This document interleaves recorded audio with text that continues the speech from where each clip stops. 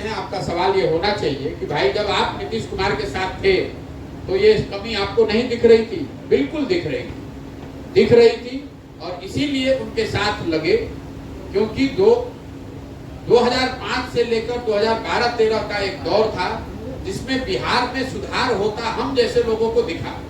मैं ना नेता हूं, ना कभी मेरा राजनीति से मेरा कोई सरोकार रहा।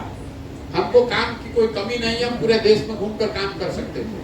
मैं बिहार से इसलिए आया था 2014-15 में कि नीतीश कुमार जी ने अपना पद छोड़कर चुनाव हारने के बाद मांझी जी को मुख्यमंत्री बना दिया था। नीतीश जी हमसे 2014 नवंबर में दिल्ली आकर मिले। उनको किसी ने बताया था कि बिहार के एक लड़के ने मोदी जी का कैंपेन किया।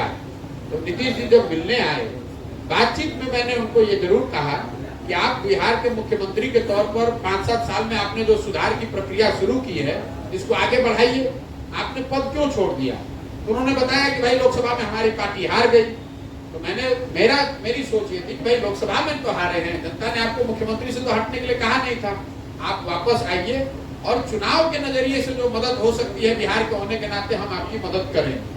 इसी सोच को लेकर वापस आए और आपने देखा होगा नीतीश जी ने मांझी जी को हटाया, जब मुख्यमंत्री बने तब आए, क्योंकि लोकतंत्र में आपको जनता ने मुख्यमंत्री बनाया है। आपको यह अधिकार नहीं दिया कि आपको जिसको मन है उसको बना दीजिएगा, वो जनता को अधिकार है। नीतीश जी वापस मुख्यमंत्री बने और उनको चुनाव जिताने में हमने अब जो भी हमारी छोटी मोटी समझ थी हमने उनकी मदद की।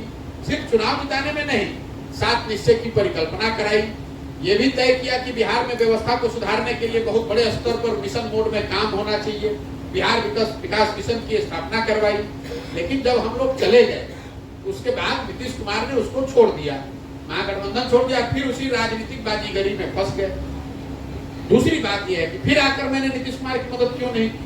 क्योंकि आज नीतीश कुमार और 2014-15 के नीतीश कुमार में जमीन आसमान का फर्क है। प्रशासक के तौर पर, राजनेता के तौर पर और मानवता के आधार पर भी। मैं ये बता